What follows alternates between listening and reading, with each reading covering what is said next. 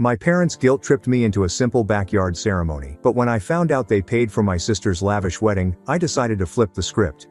I never thought my wedding would destroy my family. Not for its excess or controversy. Quite opposite. My gracious parents insisted on a simple, quiet, humble affair. No venue, photographer, or big guest list. Just a homemade arch in my parents' backyard and a Costco shake if we were fancy. I reluctantly agreed because I've always maintained peace. The nodding, low-demanding one. Something snapped inside me when I learned what they did for my sister. This was the first time I stopped being the easy child.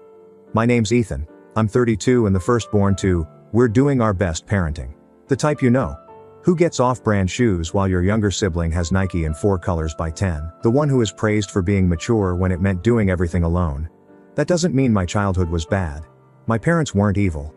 But there was always a hint of favoritism. One current was named Chloe. Younger sister Chloe is 2 years younger. Since I can remember, my parents have revolved around her. For Chloe, every school play, birthday party, and scraped knee was a production. She was always sensitive, needed more attention, and had meltdowns while I was told to be strong and understand she doesn't mean it.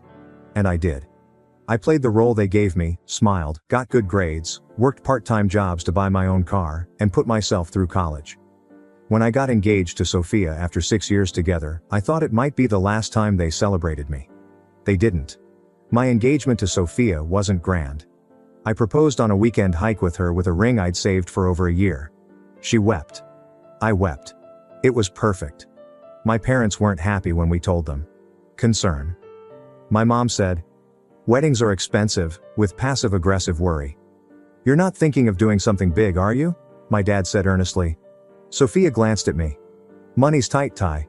Maybe think about something low-key. Backyard, family only. Keep it humble, you know." I swallowed my disappointment and nodded.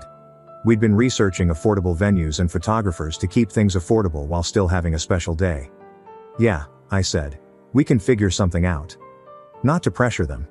I knew they were broke, but I foolishly assumed they'd help out occasionally. They didn't. Whenever I mentioned a wedding detail in the following weeks, they had a reason to reject it. "We can get flowers at Costco, speaker and playlist for music. No DJ needed. Stand-up seating, I doubt it'll last." Every conversation was a negotiation where we were unreasonable for wanting more than a potluck under their string lights. The worst part was the tone. It implied we were selfish and that asking for anything beyond paper plates and backyard folding chairs was burdensome. Sophia initially tried to understand. She didn't grow up with guilt tripping, so I could tell it confused her. She offered compromises, DIY options, and fun, but was dismissed every time. My mom would say, "You're not one of those brides who needs everything perfect, right?" Half laughing but with that edge. Sophia smiled politely, but her enthusiasm waned. In the early stages, asking my mom to borrow the backyard to confirm was the final straw. She blinks like it's a silly question. "Of course, that's the whole idea, right? We're saving you the cost of a venue," she added. "But we won't be paying for any cleanup or catering. You'll have to handle all that. We're just offering the space." People say your wedding should be about you, but mine was starting to feel like a handout. I assured myself we'd make it ours. That love counted. Something kept pulling me. A strange gut feeling I couldn't shake. A feeling of silence. That feeling persisted, especially after Chloe's engagement. It happened 4 months after our announcement. On a yacht during a weekend trip to the coast, Chloe's boyfriend Jack, a nice but spineless guy, proposed. They had Instagram photos, champagne toasts, and a highlight reel before leaving the boat. Mom reposted all photos. Dad commented on them all with heart emojis. Sophia and I watched from our apartment on our second-hand couch, drinking wine from mismatched glasses. Sophia remained quiet. I quieted. When we called to congratulate Chloe, she was ecstatic. "We're thinking of doing something really magical," said. "Like a vineyard or something rustic but elegant, you know?" I nodded, trying to cheer her up. We weren't asked about plans. She never inquired about our well-being. Next time I saw my parents, they buzzed. "Chloe's venue is so beautiful," my mom said. "And they found this photographer with the most amazing portfolio. Expensive, but totally worth it." I saw. "Wait, you've seen the venue?" "Oh, we went with them last week. She said they needed help with the deposit, but it's going to be stunning. A real fairy tale." "Help with the deposit?" I said nothing. "Yes," I nodded. Let rest. I didn't want to assume. However, Sophia's mother, who lives 2 states away, called the following week to offer assistance. Her regret was her inability to do more. Sophia, bless her, went into tears. My mind raced as I stared at the ceiling that night. It didn't make sense. My digging began quietly and casually. A few texts and conversations led to what made me queasy. My parents helped with more than Chloe's deposit. They paid for most things: catering, photographer, live band, venue, custom invitations. Finally, they gave Chloe and Jack a 2-week Italian honeymoon package.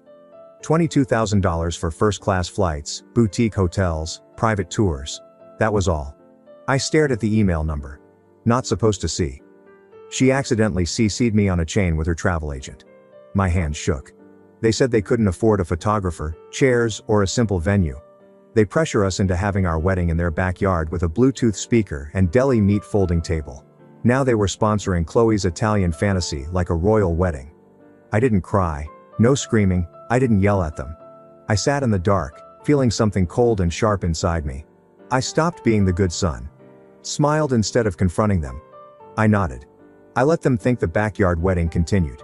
I even asked for help choosing a modest ceremony dress shirt. I planned another event while they planned Chloe's Cinderella ball. No one expected this. Before that, you must know how far they went to humiliate me. It got worse. Much worse. Wish I could say I confronted them immediately. That I confronted them, demanded answers, and reclaimed my dignity in righteous rage. But I didn't. Played along. I was raised this way. Not to disrupt. Do not look up. Maintain peace. Maintain a smile. And I did. The intimate backyard setup tablecloth color texts made me smile for weeks. Nodded as my mom sent me clearance fairy light photos. Heard my dad complain about the cost of mulch for their garden, where we were supposed to get married. They treated us like another landscaping task. Chloe's wedding posts flew across social media, featuring gold foil invitations, bridesmaid proposal boxes with luxury skincare, and a champagne brunch in a limo dress shopping trip. My parents smiled, held dress bags, and toasting with champagne flutes in every photo like they were in a Hallmark movie. I pretended throughout. Pretending ignorance. I pretended gratitude. I pretended I wasn't falling apart. Sophia noticed. Of course she did.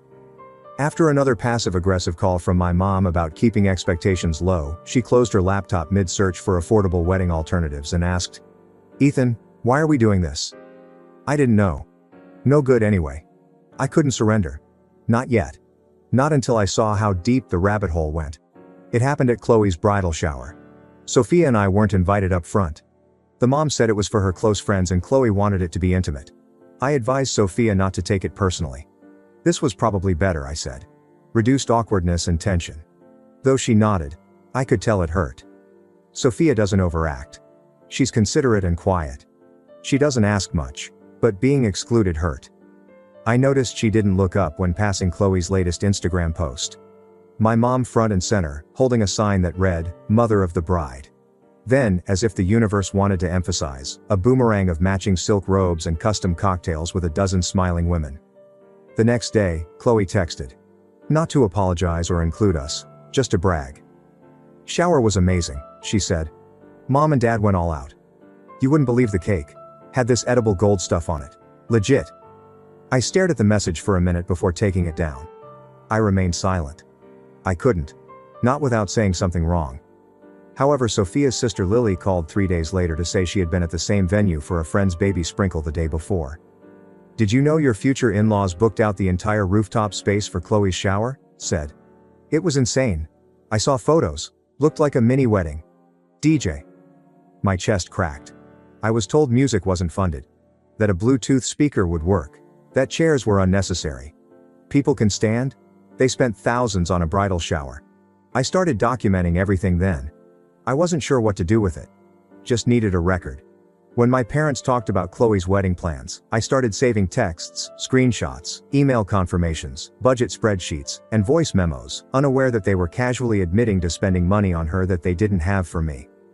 It was petty, but it was the first time I had real proof that I wasn't crazy, that I hadn't imagined the favoritism, and that I wasn't being dramatic, as my mom always claimed when I brought up the double standard. Dinner with family followed. I thought my parents invited us over to finalize our backyard wedding. Sophia hesitated. "Are we seriously going to sit there and pretend this is okay?" said. I agreed because I needed to finish. I kept gathering evidence because I still wanted to believe there might be an explanation, accountability, or apology. Instead, I was insulted. As usual, dinner began awkwardly. Small talk, food compliments, my mom talking too much, my dad sipping wine like he couldn't wait to leave. Eventually we talked about my wedding, or what was left of it. So my mom folded her napkin neatly. "Have you decided what kind of plasticware you want? We found some gold-rimmed plates at Dollar Tree. They're actually really elegant," Sophia said. "Plasticware? Well, we assumed you wouldn't want to rent china or anything. It's just a backyard ceremony." I began and stopped speaking. You said you'd help with rentals." She tilted her head. Sophia said, "We'd host. That's already a big expense, Ty." Staring at her lap. Her hands clenched. Dad joined in. I erred by mentioning Chloe. Neither aggressive nor accusatory, just gentle. A test. "I just find it kind of confusing," I add. "That Chloe's shower had a band and catering and custom signs, but we can't even have chairs without it being a problem?" The room quieted. My mom froze wine mid-sips. "Well," she said slowly, "Chloe's wedding is different." "How?" "She's the bride. It's more traditional." "Sophia's also a bride." Mom rolled her eyes. "It's not a competition, Ethan. Honestly, I hate how everything has to be tit for tat with you." Sophia sighed. She had sparkling eyes. "We're not trying to compete, we just want to be treated fairly." Dad scoffed. "Chloe didn't ask for a backyard wedding." I realized it wasn't about money. The issue was value. They thought Chloe deserved more. Real bride Chloe deserved praise. The dinner ended soon after. Sophia left without saying goodbye. I hardly thanked for dinner before leaving. We drove home silently. First time since we got engaged, I saw a scary crack in Sophia. "This doesn't feel like a wedding," she whispered. "It feels like charity." I decided that night. We weren't married in the backyard. We wouldn't stand under a rusted garden arch while my parents sat in lawn chairs and pretended to help us. While they handed out Dollar Tree plates and reminded us of our humility, we would smile. No, we'd marry, but not on their terms. I didn't tell them because I wanted them to feel in charge. I wanted them to think they were in charge. I wanted them to keep talking, bragging, and showing their favoritism. The final betrayal arrived in my inbox a week before our backyard ceremony. The email was from Chloe. "Quick favor." I expected another brag or a last-minute RSVP question and clicked it. I saw this instead. "Hey big bro. So, we need a little help. Jack's cousin just dropped out of the groomsmen lineup, and I was wondering if maybe Sophia could sit this one out and let Jack's buddy, the hot one from New York, LOL, walk with your friend Oliver instead. He already has a suit, and it'll look better in photos. Promise it won't be weird. Let me know. Kiss, Luke." Allow her to skip her wedding. I couldn't breathe. Not just the audacity. It was casual cruelty. She treated Sophia like an extra, a placeholder, an obstacle to her photos, as if our wedding wasn't real and we were just a speed bump on her road to wifehood and Instagram fame. I remained silent. No call. Sophia didn't get the email. I stared at it for hours. This was when the plan came together. Not just change the venue. No way was I reversing our wedding. I would give them joy, dignity, and celebration in a way that was so obvious they couldn't deny it.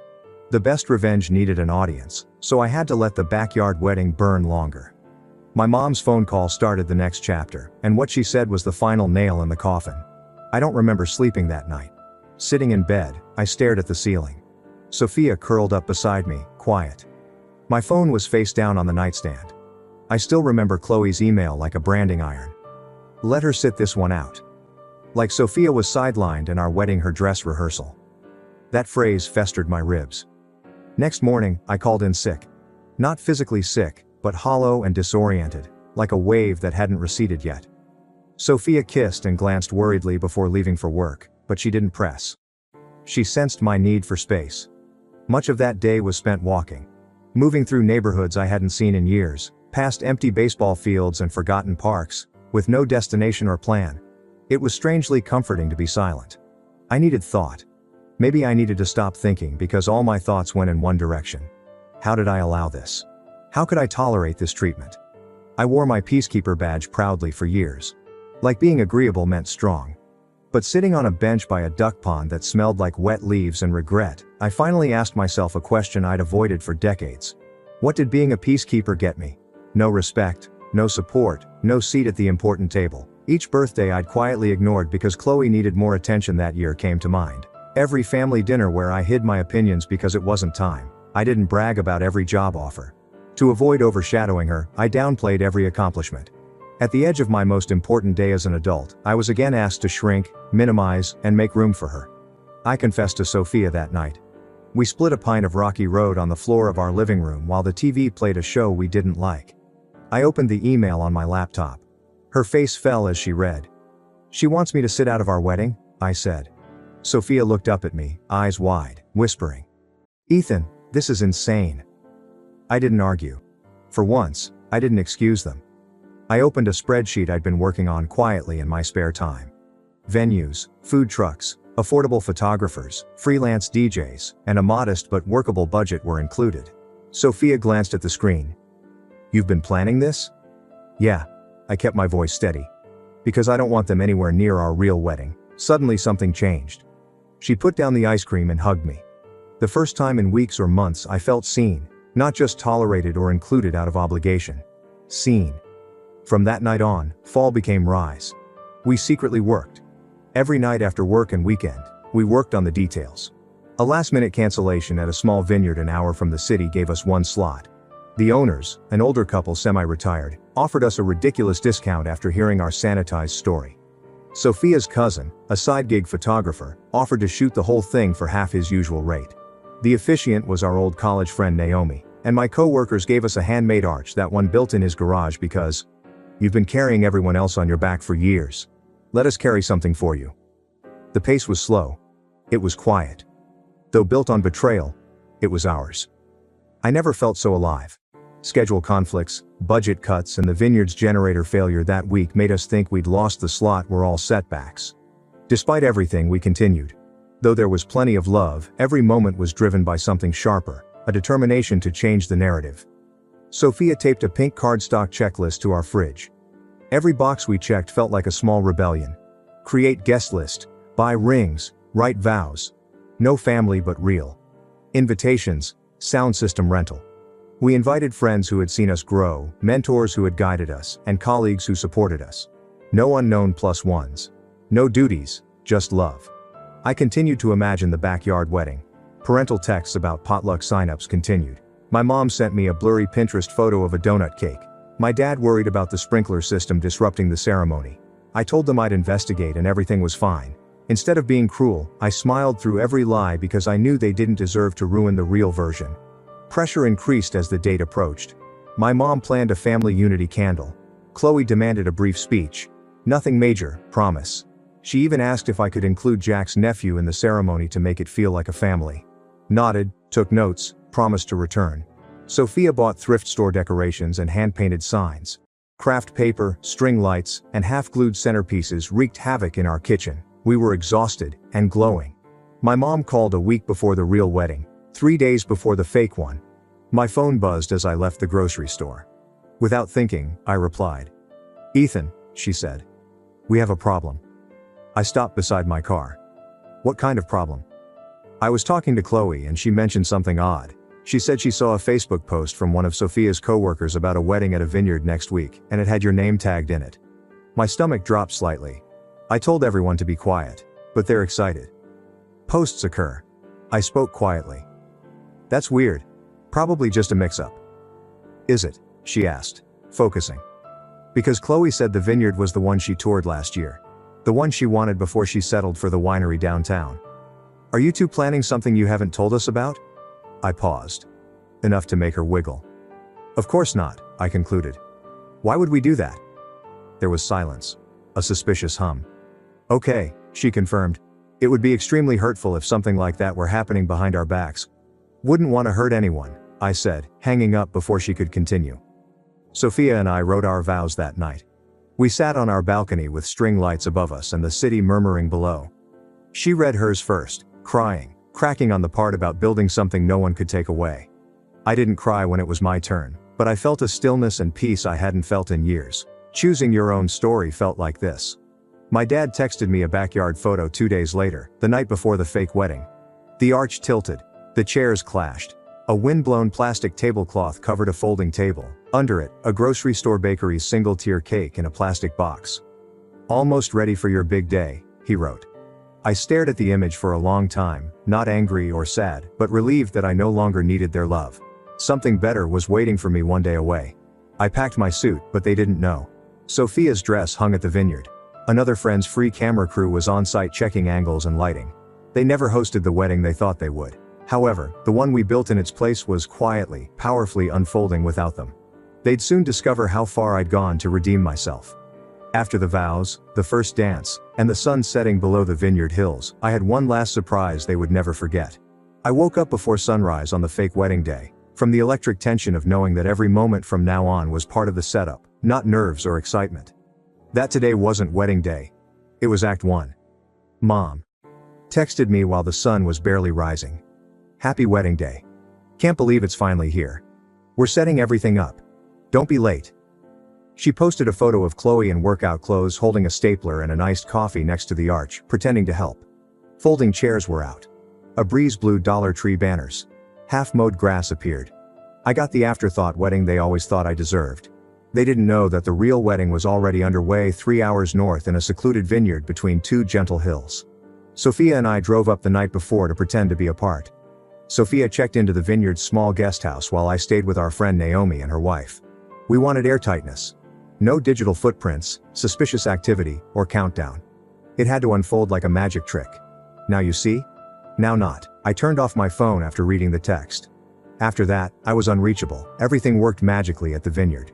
Not storybook-like, but built on sweat, trust, and showing up when it counts. Sophia's cousin Michael checked light angles with his camera lens. Naomi reviewed her script under the arbor our friend Daniel stained and carved. Sophia and I hand-tied ribbon sashes on sturdy whitewood chairs in neat rows.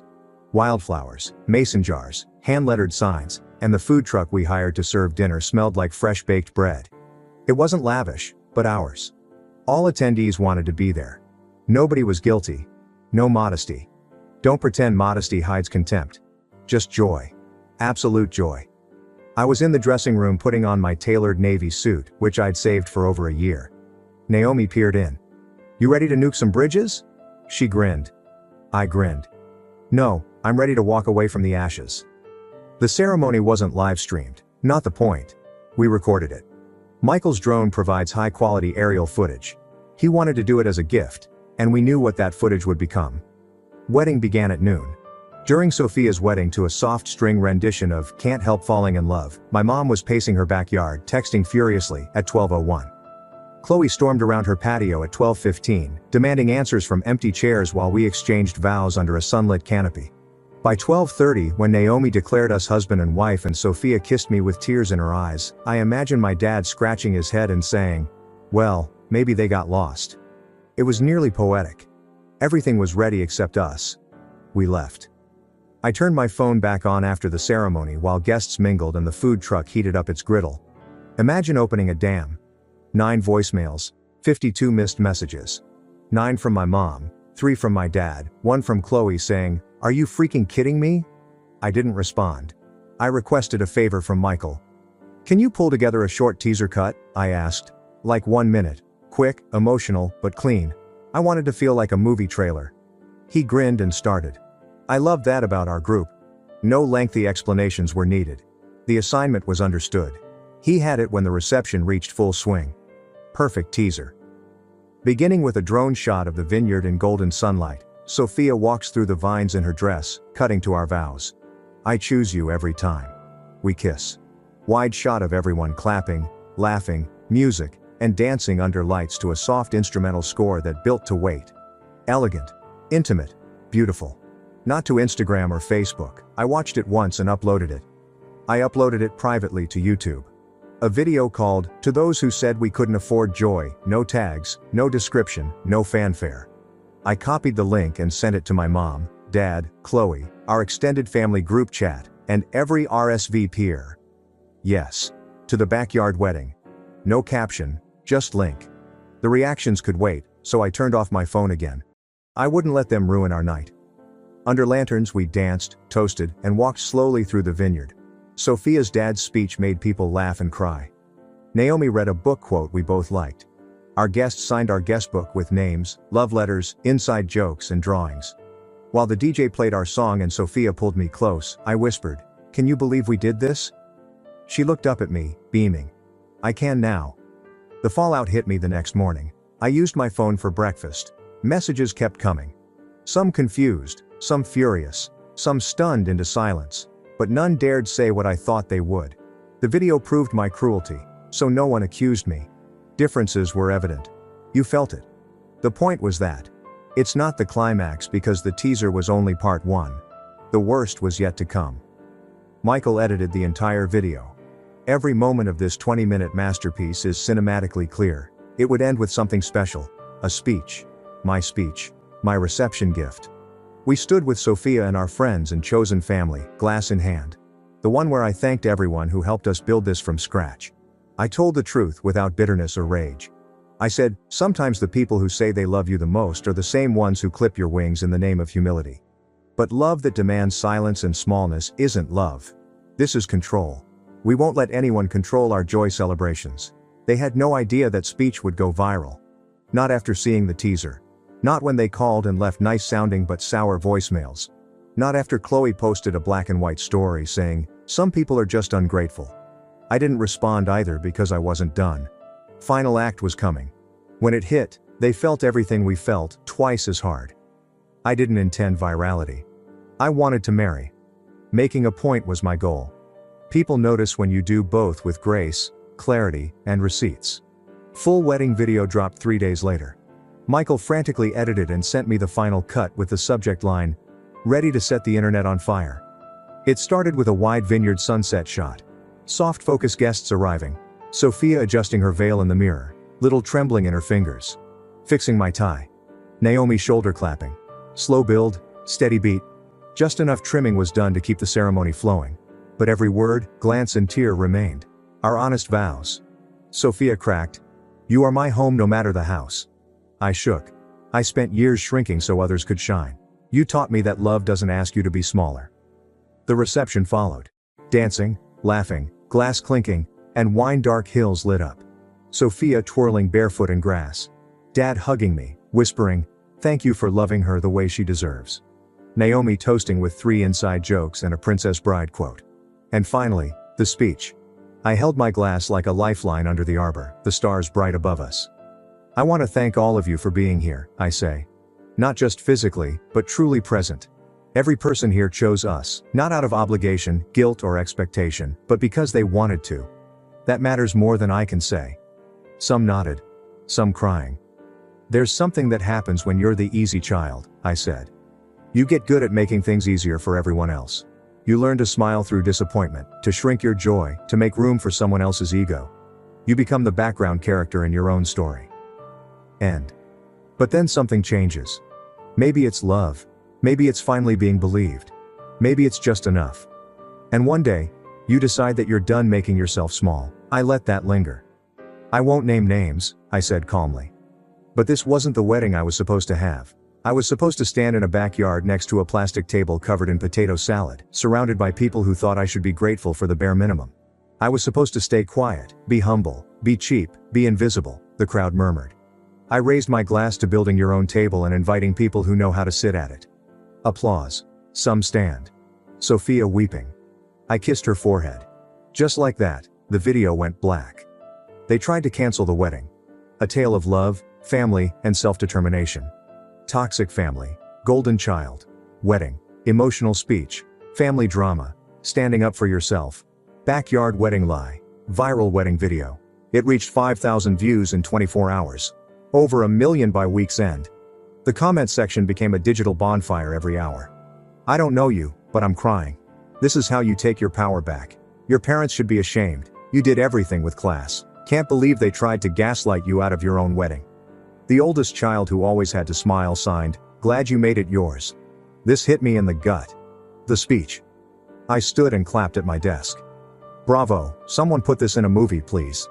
It was featured in wedding blogs, reaction TikToks, and a BuzzFeed roundup of 10 weddings that rejected toxic families. I ignored media hype. I didn't value fame. I quietly watched as the people who always made me feel small realized the world wasn't on their side. Fallout started with a group chat explosion. My mother messaged first. "You made us look like monsters. You humiliated this family. How could you do this to us?" I said. My dad called me 3 times in an hour. I sent everyone to voicemail. His voice went from calm to bitter to desperate. "Ethan, this is getting out of hand. You need to take the video down. Your mother hasn't slept. Chloe's furious. People are asking questions. Do you really want to burn every bridge over this?" "Yes. Yes, I did," Chloe DM'd. She didn't appear subtle. "You manipulative little snake, you're jealous. You've always been jealous. Just because you couldn't afford a real wedding doesn't mean you get to trash mine." I studied the message. I debated responding, considering sending her the receipts, spreadsheets of the money our parents spent on her events while saying they were broke. I didn't because her rage proved it. My revenge went beyond a viral video. Next came the real blow. Sophia and I wrote thank you notes to everyone who attended our real wedding. Personalized, considerate. Each had a photo of that day frozen in time. She twirled barefoot under the arbor. Our first dance. She wiped her eyes. Memory. We didn't write my parents. We sent them something else. Wedding video on DVD.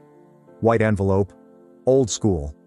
No return address, just a post-it note saying, "Since you missed it, Chloe got a copy too."